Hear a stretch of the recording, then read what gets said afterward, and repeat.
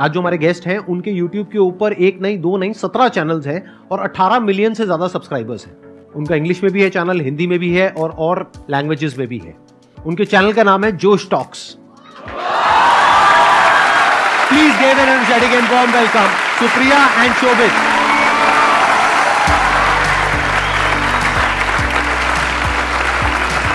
Hi, hello, how are you doing? Fantastic.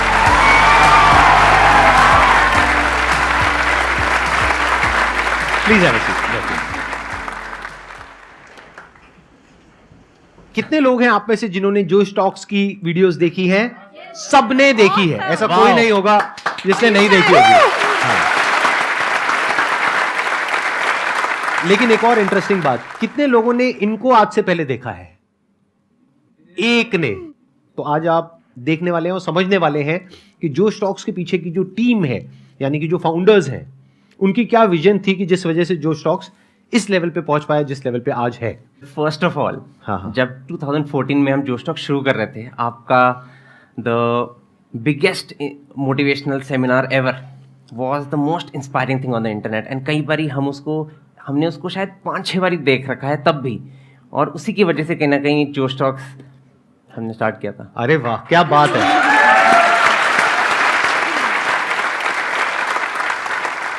और आप दोनों कैसे मिले?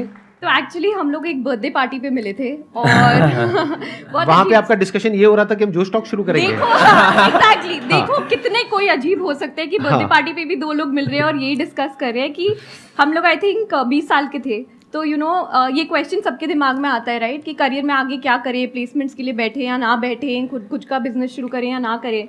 तो हम लोग भी यही डिस्कस कर रहे थे कि सब लोग इतना कंफ्यूज्ड हैं और कोई एक प्लेटफॉर्म नहीं है जो लोगों को डायरेक्शन दे सके। एंड आई थिंक वो 1.5-2 घंटे बस हम एक दूसरे से ही बात करते रहे। उसके बाद काफ़ी सारी कॉन्वर्सेशंस वाइट बोर्ड सेशंस में बदल गई और फिर हमने एक अजीब सा लोगो बनाया पहला हमारा, जो एक्चुअली फ्लेम्स होती थी। तो हमने जोश को लिखा और उसके साथ आग लगा दी। एंड वी सेड कि बस यही करना है। आपको था शुरू से कि आग लगानी है। हाँ, ठीक है। Absolutely. आपने जो अपना ये चैनल शुरू किया था वो इंग्लिश में किया था, लेकिन आज की डेट में हिंदी वाला जो आपका चैनल है वो सबसे बड़ा है। उस पे ज्यादा सब्सक्राइबर्स हैं और इंग्लिश वाले पे कम है कंपैरेटिवली। हमने जब इंग्लिश में शुरू किया वो हमारा स्टार्टिंग पॉइंट था, लेकिन जो हमारी ग्रोथ हुई वो एक्चुअली हिंदी की वजह से हुई। फिर हमने 6 और रीजनल लैंग्वेजेस में लॉन्च किया, तो मराठी, तमिल, तेलुगु, मलयालम, पंजाबी, बंगाली। तो आज की डेट में जोश टॉक्स 10 लैंग्वेजेस में है। मुझे वो दिन याद है जो स्टार्टिंग वाले थे, इतना डर लगता था कि क्या कर रहे हैं, यूट्यूब चैनल बना रहे हो। और तब यूट्यूब बड़ा नहीं था जैसे आज है, तो किसी को समझ नहीं आ रहा। हम घर पे भी बात करो, बोल रहे तुम क्या कर रहे हो, मतलब ये क्या करने की कोशिश कर रहे हो। और जब स्पीकर्स को इन्वाइट करना था तो बहुत ही फनी। तो हमारे फर्स्ट स्पीकर जिनको मैंने कोशिश की थी इन्वाइट करने की, वो थे पापा सीजे, जो एक बहुत ही बड़े कॉमेडियन, स्टैंड अप कॉमेडियन है। तो सुप्रिया और मैं क्या करते थे, उनके सारे शोज देख के ना कहाँ पे शोज हो रहे हैं वहां चले जाते थे। अब टिकट लेने के पैसे तो थे नहीं, तो हम क्या करते थे, शो के बाहर वेट करते थे।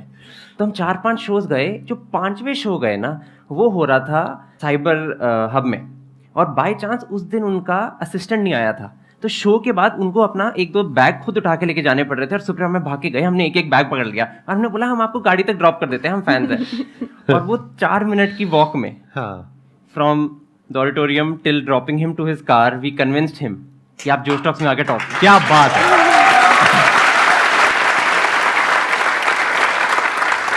लेकिन ये प्रॉब्लम यहाँ पे सॉल्व नहीं होती है, क्योंकि उस टाइम पे आपके पास में जगह भी नहीं होगी, ऑफिस भी नहीं होगा, तब तक आपको फंडिंग भी नहीं मिली थी आई थिंक, राइट? तो फिर आपने कैसे किया, मैनेज कैसे किया? स्टूडियो, कैमरा सेटअप, ये सब रेंट पे लिया, कैसे किया?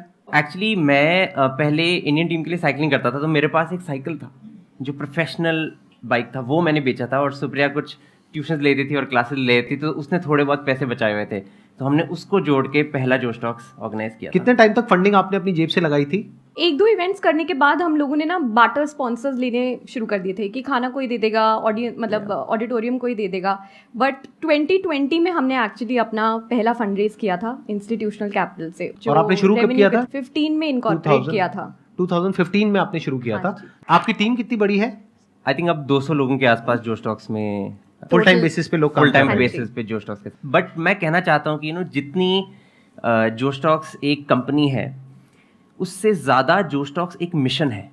And the reason that we started was because वो एक मिशन बहुत ही स्ट्रांग था। इनफैक्ट जब उस पार्टी पे सुप्रिया और मैं, बर्थडे पार्टी पे सुप्रिया में मिले थे, जो हम 2 ऑब्सेस्ड पागल जैसे लोग थे जो साइड पे बस बातें कर रहे थे कि हम देश कैसे बदलें।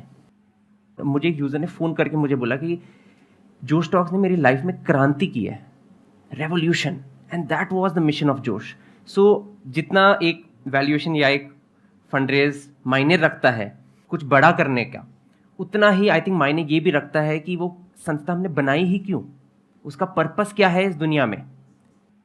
जो पहला प्रोडक्ट था वो शायद जोश टॉक्स था, जहाँ पर लोग आके अपनी कहानियाँ सुनाते हैं। ऑलरेडी जोश टॉक्स का एक सेकंड प्रोडक्ट है जहाँ पर इंग्लिश एक बहुत इंपॉर्टेंट पार्ट बन गया हमारी लाइफ का, वो इंग्लिश है, और फ्यूचर में जाके और भी चीज़ें होंगी वो सारी। और यहाँ पे सपना ये है कि हम वो सारी चीज़ें बनाएं जो इवेंचुअली एक यूथ को जाके अपनी लाइफ में सपोर्ट कर पाए अपना पोटेंशियल अनलॉक करने के लिए। तो कहीं ना कहीं हम बोलते हैं कि जो इवेंचुअल ड्रीम है वो ये है कि 10 साल के बाद अगर एक सिक्योरिटी गार्ड का बेटा उसके फादर को बोले कि पापा मुझे लाइफ में कुछ करना है, तो all the security guard should need to tell his son is all you need is Josh, Josh in your heart and Josh on your mobile phone screen. Excellent.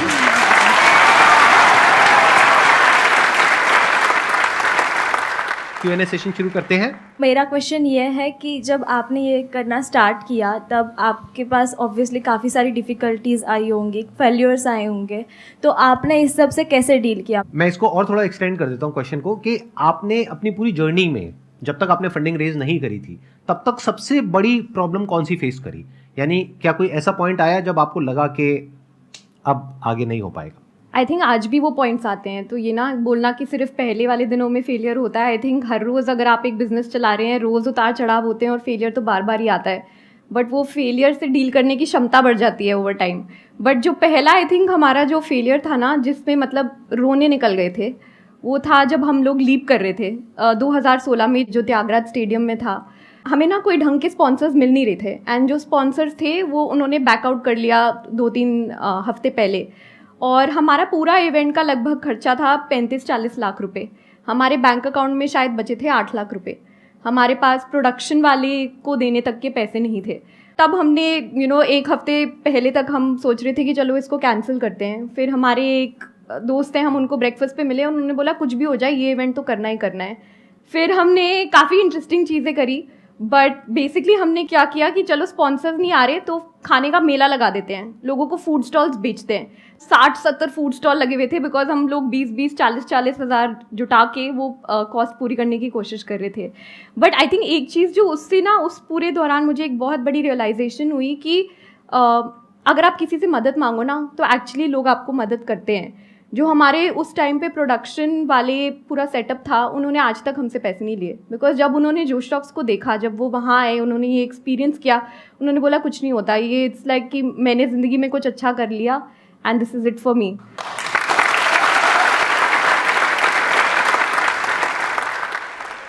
Ma'am मैं आप दोनों से यही चीज़ पूछना चाहता हूँ, लाइक इतने बड़े लेवल पे आप दोनों काम कर रहे हो, आप दोनों के बीच में कभी ना कभी क्लैश तो हुआ होगा, लाइक कभी ना कभी अभी आते हुए भी हुआ था क्लैश, लाइक फंडिंग यहाँ डालें, फंडिंग यहाँ डालें, या किसी और को बुलाएं, ऐसा कुछ? क्लैशेस तो हर को फाउंडर्स के बीच में होते हैं, क्लैशेस हर तरह की रिलेशनशिप में होते हैं, घर पे भी होते हैं, राइट। बट आई थिंक जब आपका पर्पस आपके उस क्लैश से ज़्यादा बड़ा हो, जब आपको पता है कि आप किसी मिशन पे काम कर रहे हैं, आपको अपना एंड गोल दिख रहा हो कि हम दोनों उसी रास्ते में चल रहे हैं, तो आई थिंक कि आप चीज़ों को रैशनलाइज करना शुरू कर देते हैं। एंड ऐसी काफ़ी सारी सिचुएशंस होती हैं जब हीटेड आर्ग्यूमेंट्स हो जाती है, फिर हम लोग ब्रेक ले देते हैं कि चलो ठीक है 30 मिनट बाद मिलेंगे, थोड़ा ठंडा होके। फिर ज़्यादातर ऐसा ही होता है कि हम लोग दोनों सेम चीज़ ही कह रहे होते हैं, बस वो दूसरे शब्द में कह रहे होते हैं, इसलिए वो लड़ाइयाँ शुरू हो जाती हैं। बट एक बार ये आप उसको थोड़ा ब्रेक डाउन करो, थोड़ा टाइम दो एक दूसरे को और बोलने की वो स्पेस क्रिएट करो, तो अपने आप ही प्रॉब्लम सॉल्व हो जाती है। आपकी सबसे लंबी लड़ाई कब तक चली है? मतलब कितने दिन तक चली है या कितने टाइम तक चली है? ऐसा कभी हुआ आई थिंक वो नियर बाय वाले ऑफिस में हुआ था ना एक बारी। क्या हुआ था? एक बारी लंबी चली एक और ये मैंने देखा है, ये पता है बड़ा मजेदार। आपको एक पॉइंट बताता हूँ, यहाँ पर अभी आपने एक चीज ऑब्जर्व करी होगी, लड़कों को याद नहीं रहता है। मुझे याद ही नहीं रहता। मेरी वाइफ मेरे को कहती है ना, जब मतलब घर पे ऐसा कुछ भी कि भाई ये हुआ था इतने साल पहले, मैंने कहा क्या हुआ था, मेरा भी एक बिल्कुल यही एक्सप्रेशन होता है, क्या हुआ था, कुछ हुआ था, क्या लड़ाई हुई थी, अच्छा, और उसको एग्जैक्ट याद होता है। उसको पूरा वर्ड टू वर्ड पूरी पिक्चर याद है, पूरा वो सारा बता देगी। उस टाइम पे आपने ये कलर के कपड़े पहने थे, ये आपने कहा था, ये फिर ये हुआ था, फिर ये हुआ था, फिर ये हुआ था। मैंने कहा अच्छा जी हुआ होगा, आप कह रहे हो तो सही होगा। हाँ, एनी हाउ आप लोगों ने ऐसा भी कुछ किया होगा कि अपना काम डिवाइड कर रखा होगा, अपना अपना डिपार्टमेंट अलग अलग डिवाइड किया होगा ताकि कॉन्फ्लिक्ट होने के चांसेस ही कम हो। ऐसा कुछ किया आप लोगों ने, या एक ही डिपार्टमेंट को आप दोनों हैंडल करते हैं? हमने ये काफ़ी कोशिश की है कि जो भी हम चला रहे हैं वो सिर्फ हम दोनों पे डिपेंडेंट ना रहे। तो हमारे 6 से 7 कोर टीम मेंबर्स हैं जो डिफरेंट डिपार्टमेंट्स या टीम्स को हैंडल करते हैं। और फिर शोभित और मेरा रोल भी काफ़ी डिवाइडेड है, जैसे मैं बिजनेस को देखती हूँ और फंड रेजिंग, इन्वेस्टर्स एट्सेट्रा, और शोभित प्रोडक्ट संभालता है। ऑल्सो जोश जैसे स्ट्रक्चर वो ये है कि हम 6-7 लोग हैं जो ब्रॉडली जोश टॉक्स को चलाते हैं, और फाइट्स हम सबके बीच में होती है। लाइक हमारी टीम में हर्षदेव, मितुल, शीनब, दर्पण, हम सब लोग हैं जो हर क्वार्टर मिलते हैं और चलाते हैं। और कई बार क्या होता है कि हर्ष का ओपिनियन मेरे से बहुत स्ट्रांग है, तो हमने ये डिसाइड किया है, हमारे कमरे में रूल ये है, जिसका भी सबसे स्ट्रांगेस्ट ओपिनियन है वो जीत रहा है। क्योंकि उस रूम में जो 7 लोग हैं, हम 100% एक दूसरे को ट्रस्ट करते हैं कि we are here to unlock human potential. अगर एक देव का व्यू बहुत स्ट्रांग है कि नहीं शोभित यही करेंगे हम, फिर हम वही करेंगे। डजंट मैटर कि सुप्रिया क्या सोचती है या शोभित क्या सोचता है या हर्ष क्या सोचता है। तो the strongest opinion wins. That's the rule we have created and we get over it. आप दोनों की अपनी जोश टॉक है, इन द सेंस कि मतलब आपने कभी खुद कोई टॉक कंडक्ट करी है अपने प्लेटफॉर्म पे? नहीं, तो अभी आपको तक तो घर का है, क्यों नहीं करते? मतलब घर की खेती है। मेरा होता मैं तो कभी नहीं छोड़ता मैं तो हर टॉक से पहले 5 मिनट के लिए आ जाता। चलो डन, फिर आज हम संदीप सर से प्लीज प्रॉमिस करवा रहे हैं कि सर आके जोश टॉक देंगे।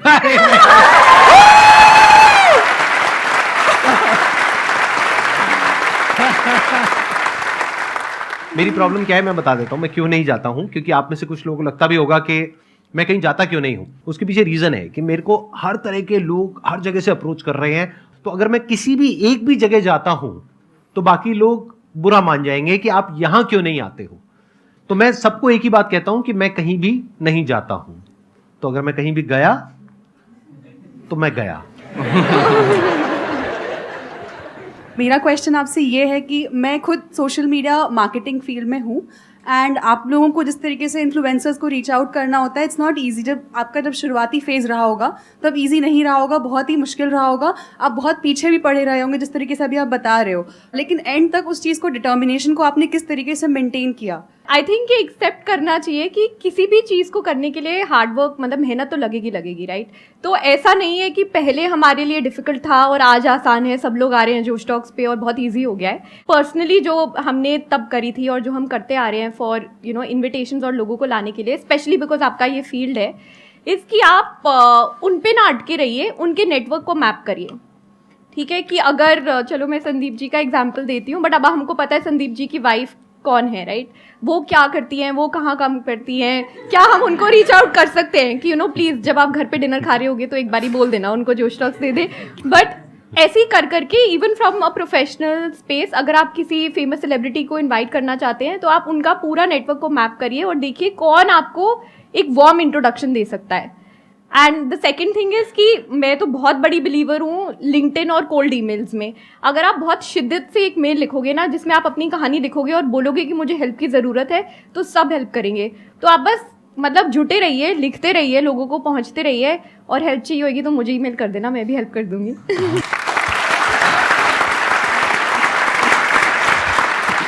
देखो मैं यहाँ पे थोड़ा सा ऐड करता हूँ कि क्या आसान होता है और क्या मुश्किल होता है।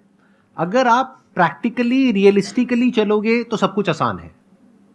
अब प्रैक्टिकली रियलिस्टिकली चलने का मतलब क्या है कि अगर आज ये किसी को अप्रोच करेंगी, 10 में से 5 लोग हाँ कहेंगे, 10 में से 5 लोग ना कहेंगे। आज अगर आप किसी को अप्रोच करोगे तो 100 में से 1 हाँ कहेगा या कहेगी, 99 ना कहेंगे। अगर ये बात आपको पता है तो बहुत आसान है। 100 ईमेल भेजने में क्या देर लगती है? कितनी देर लगती है मुझे बताओ? एक ही तो ईमेल है, वही तो कंटेंट है, बस उसमें नाम ही तो चेंज हो रहा है। 1 घंटा, 2 घंटा, 3 घंटा, 4 घंटा, इतना तो आप इंस्टाग्राम पे डेली टाइम पास करते हो रील्स देख करके। सही कह रहा हूं, गलत कह रहा हूं? तो क्या गया आपका? कुछ भी नहीं, 4 घंटे तो लगे। तो अगर आपको पहले से पता है तो आसान है। हाँ, अगर नहीं पता है तो बहुत मुश्किल है। जैसे फॉर एग्जाम्पल आप यहां से दिल्ली से कहीं जा रहे हो, आपको पहले से पता है कि ये जो डिस्टेंस है ये 300 किलोमीटर है, तो बहुत आसान है। बट अगर आपको पता ही नहीं है कि वो कितना किलोमीटर है, तो हर 1-1, 2-2 किलोमीटर पे जाकर के आप रुक जाओगे। अरे आया नहीं, ये क्या हुआ, हम इतना दूर आ गए, हम 50 किलोमीटर आ गए, अभी तक नहीं आया। तो अगर आपके जो गोल्स हैं वो रियलिस्टिक हैं, प्रैक्टिकल हैं, तो सब कुछ आसान है। फिर अपने माइंड में आप बिठा सकते हो कि 100 ईमेल्स भेजना आसान है। जब मैं आसान है बोलता हूं, मैं ये नहीं बोलता कि आपने एक को भेजा और एक से रिस्पॉन्स आना आसान है, नहीं। 100 ईमेल्स भेजना आसान है, 100 पे भी रिस्पॉन्स नहीं आए तो 100 और ईमेल्स भेजना आसान है। और जब एक दो को आप अप्रोच कर लेते हो ना, तो धीरे धीरे एक नेटवर्क बनने लग जाता है। आज जैसे हमारा एक तरह का एक नेटवर्क बन गया है कि आज मेरे शो में जो भी लोग आए हैं, अगर उनमें से किसी की भी कॉन्टैक्ट डिटेल इनको चाहिए तो ये हमसे ले लेंगे, हमें किसी की कॉन्टैक्ट डिटेल चाहिए होगी तो हम इनसे ले लेंगे। तो बेसिकली एक नेटवर्क बन जाता है। जब आप किसी से मिलते हैं या आप उनसे कोई हेल्प लेते हैं तो आपको हमेशा दिमाग में ये ज़रूरी है रखना कि मैं उनकी कैसी हेल्प कर सकता हूँ या कर सकती हूँ, या मैं उनकी सहायता कैसे कर सकता हूँ। तभी एक रिलेशनशिप बनती है जो over a period of time last कर पाती है। ये नहीं है, क्या होता है ना, कभी कभी लाइक अभी काफ़ी लोग हम लोगों को भी मेल लिखते हैं, वो हमेशा होता है कि वो बस बिना किसी ऑब्जेक्टिव की हेल्प मांग रहे हैं या बिना किसी ऑब्जेक्टिव की चीज़ें मांगी जा रही हैं, तो उससे काम नहीं चलता। आप थोड़ा लाइक एक वेल डिफाइंड क्वेश्चन पूछो तो लोग आपको आंसर करेंगे। और हमेशा ये दिमाग में रखो कि इस रिलेशनशिप में मैं क्या वैल्यू ऐड कर सकती हूँ, इसको मैं क्या कैसे ग्रो कर सकती हूँ। Because at the end of the day everyone is just about relationships.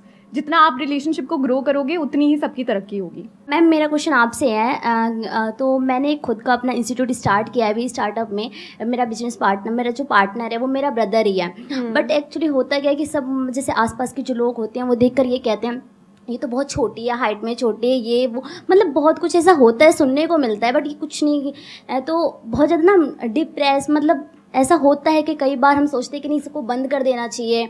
इस फियर को हम ख़त्म कैसे करें, ये मैं जानना चाहती हूँ। मैं यहाँ पे आपका पॉइंट एड्रेस कर रहा हूँ कि आप हाइट में छोटे हो, ये है वो है। तो हम ना एक मीटिंग में गए थे और ये फेसबुक के ऑफिस में मीटिंग थी। व्हाट्सएप के सीईओ इंडिया आए थे और उन्होंने कुछ इनवाइट किए थे कुछ लोगों को जो अच्छा चला रहे हैं, व्हाट्सएप फेसबुक अच्छे से यूज़ कर रहे हैं। तो वहाँ पे बहुत सारे लोग थे फैंसी कपड़ों में, ये सारा कुछ। और वहाँ पे सुप्रिया और मैं भी गए और मैं साइड में बैठा था। मेरे को डर लग रहा था, इतने बड़े बड़े लोग हैं कमरे में। सब लोगों ने को कुछ बताना था थैंक यू करने के लिए व्हाट्सएप के बारे में या उनको बताना कैसे यूज़ कर रहे हैं। सब ने बोला और फिर एक बारी ना सुप्रिया की टर्न आई बोलने के लिए। सुप्रिया ने शायद 1.5 मिनट के लिए बोला सिर्फ, बट उस बात में इतनी डेप्थ थी, इलोक्वेंस थी कि उस व्हाट्सएप से ने फिर इनवाइट किया सुप्रिया को मिलने के लिए। तो अगर आप में डेप्थ है ना, आप किसी की टेंशन मत करो, आप अपने आप पे फोकस करो, अपनी डेप्थ बनाओ और अपने आप को कॉन्फिडेंस करो कि आप कर सकते हो। जब टाइम आएगा ना दुनिया देखेगी। आप कोई भी काम करेंगे ना तो क्रिटिसिज्म तो आपको मिलेगी। लोग बोलते हैं छोटे हैं, मैंने आज 4.5 इंच की हील्स पहनी हुई हैं। अगर उनको यही दिखाना है कि हाइट पे मैच करने से मतलब आपका जोश मैच हो जाएगा तो हम वो भी कर लेंगे। तो आप हमेशा अगर कोई आपको क्रिटिसाइज कर रहा है ना, उसको आप फेस वैल्यू पे लो। उनके अंदर की इनसिक्योरिटीज़ हैं जो वो आप में कमी निकालने की कोशिश कर रहे हैं, और ये हमेशा होता है। अभी तो आपने अपना बिजनेस शुरू करा है, जब आप इन्वेस्टर से पैसे मांगने जाओगे एज अ फीमेल तब भी आपको प्रॉब्लम होगी। फिर आपके पेरेंट्स बोलेंगे आप शादी कर लो, शादी के बाद बोलेंगे बच्चा कर लो। तो हमेशा ये प्रॉब्लम्स तो अब बढ़ने वाली हैं, तो इसको एक्सेप्ट कर लेते हैं और बस आप जुटे रहो। किसी भी बिजनेस को सक्सेसफुल होने में 7 से 8 साल लगते हैं ताकि वो सस्टेनेबल हो। अपने आप में बस बिलीफ रखना है। अगर आपको सेल्फ डाउट हो जाएगा ना तो आप आगे नहीं बढ़ पाओगे। बस जुटे रहो एंड मतलब सब कुछ आसान है।